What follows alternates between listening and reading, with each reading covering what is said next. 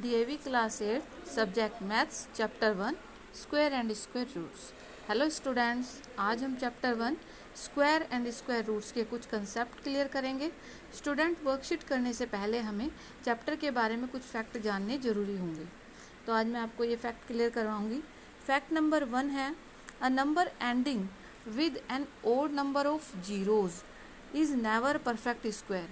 Means अगर कोई भी नंबर किसी जीरो के ओड नंबर पे ख़त्म होता है तो वो कभी भी किसी नंबर का परफेक्ट स्क्वायर नहीं होगा। जैसे 150 में हमने देखा 1 जीरो है केवल, 25,000 में 3 जीरो हैं, अगर यहाँ पे 4 जीरो होती तो ये 500 का परफेक्ट स्क्वायर होता। लेकिन ओड नंबर ऑफ जीरो है, जैसे 3, 1, 5 या 7, इस तरीके से अगर जो ओड नंबर ऑफ जीरो है तो कभी भी ये किसी नंबर का परफेक्ट स्क्वायर नहीं बनेगा। नेक्स्ट है बच्चों, square of even numbers are always even. यानी अगर हम किसी इवन नंबर का स्क्वायर निकालते हैं तो वो क्या होगा, इवन ही होगा। जैसे 8 का स्क्वायर 64 है, 10 का स्क्वायर 100 है। थर्ड है, squares of odd numbers are always odd. यानी अगर हम किसी ओड नंबर का स्क्वायर निकालते हैं तो वो क्या होगा, परफेक्ट स्क्वायर क्या होगा, ओड ही होगा। जैसे हमने ओड नंबर 7 का स्क्वायर रूट फाइंड आउट करना है, स्क्वायर फाइंड आउट करना है सॉरी, तो वो क्या आ जाएगा 49। 13 का स्क्वायर है 169।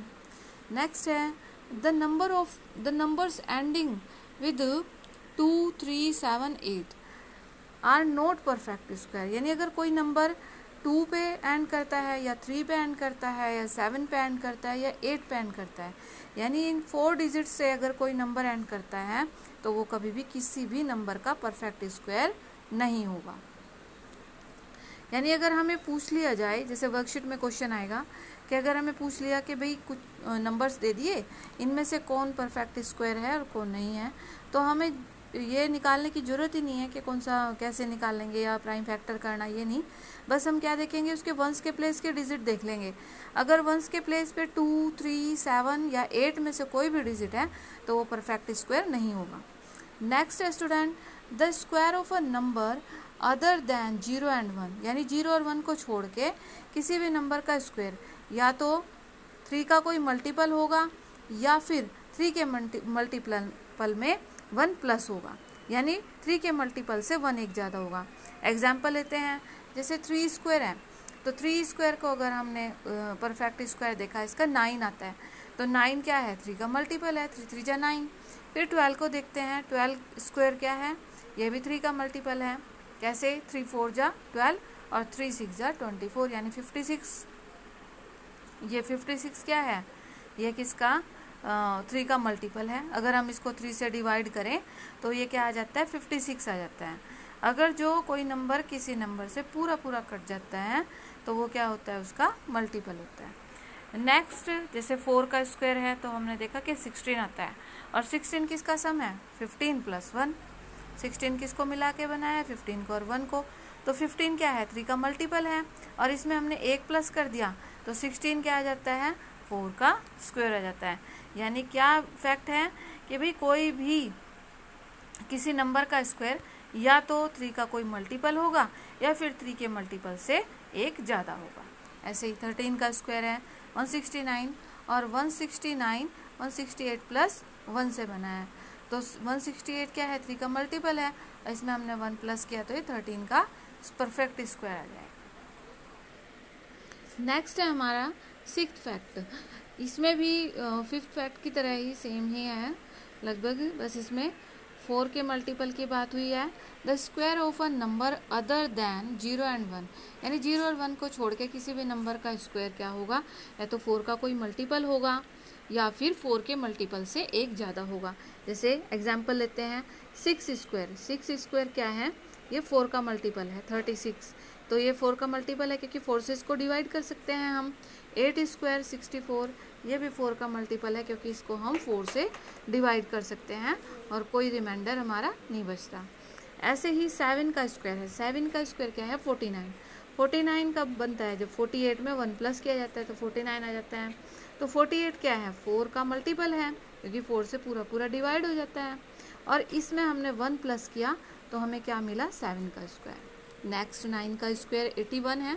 81 भी क्या है, 80 प्लस 1, इनका 80 और 1 का सम है, तो 80 क्या है, 4 का मल्टीपल है, और इसमें 1 ऐड किया तो हमें क्या मिला, 9 का स्क्वायर। तो ये फैक्ट है कि 0 और 1 को छोड़ के किसी भी नंबर का स्क्वायर, जैसे 3 का और 3 में या तो 3 का मल्टीपल होगा या फिर 3 के मल्टीपल में 1 प्लस करके आएगा, ऐसे ही या तो 4 का मल्टीपल होगा या फिर 4 के मल्टीपल में 1 प्लस करके आएगा।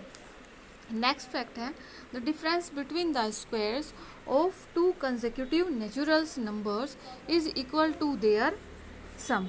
यानी कि जैसे 3 के बाद आता है 4, यानी 4 का स्क्वायर माइनस 3 का स्क्वायर अगर हम करें तो इन दोनों का सम, यानी इसके बीच में जो नंबर होंगे वो इन दोनों के सम के इक्वल होंगे। देखते हैं, जैसे 4 का स्क्वायर क्या है, 16, और 3 का स्क्वायर है 9। अगर हम इनका डिफरेंस करें तो 7, और 7 के पार्ट क्या है, 7 के फैक्टर है 4 प्लस 3, और ये क्या है 4 प्लस 3, यानी कि जो 7 आया, इनका जो डिफरेंस आया है वो क्या है, इन दोनों का सम है। तो अगर हम बहुत बड़े किसी नंबर का स्क्वायर का डिफरेंस अगर हमें निकालना है तो ये सबसे इजी वे है, हम क्या करेंगे, इन दोनों को बस हमें सम करना है। नेक्स्ट है बच्चों, the square of a natural number n is equal to the sum of the first and odd natural numbers. Means जैसे हमने किसी भी नंबर का, हमें किसी भी नेचुरल नंबर 1 to 9, वैसे तो इन्फिनिटिव होते हैं लेकिन 1 to 9 हम लेके चलते हैं, तो 1 का स्क्वायर इज इक्वल टू 1। अगर हमें 2 का स्क्वायर निकालना है तो हम पहले 2 ओड नंबर ले लेंगे। पहले 2 ओड नंबर क्या हुए, 1 और 3, क्योंकि बीच में 2 आता है, 2 तो क्या है, इवन नंबर है, तो हमने पहले 2 ओड नंबर लिए 1 और 3। तो इनको अगर हम सम करते हैं तो हमें क्या मिल जाता है, हमें 2 का स्क्वायर मिल जाता है। ऐसे ही अगर हम क्या करते हैं, हमें 3 का स्क्वायर निकालना है तो हम पहले 3 नंबर को प्लस करेंगे, 3 नंबर जो ओड हों, इवन नंबर नहीं हमें इसमें लेना है। फिर 4 का स्क्वायर, तो हम पहले 4 ओड नंबर को प्लस कर देंगे तो हमें 4 का स्क्वायर मिल जाएगा। तो इस वीडियो में स्टूडेंट इतना ही, अगली वीडियो में वर्कशीट सॉल्व करेंगे, तब तक के लिए बाय।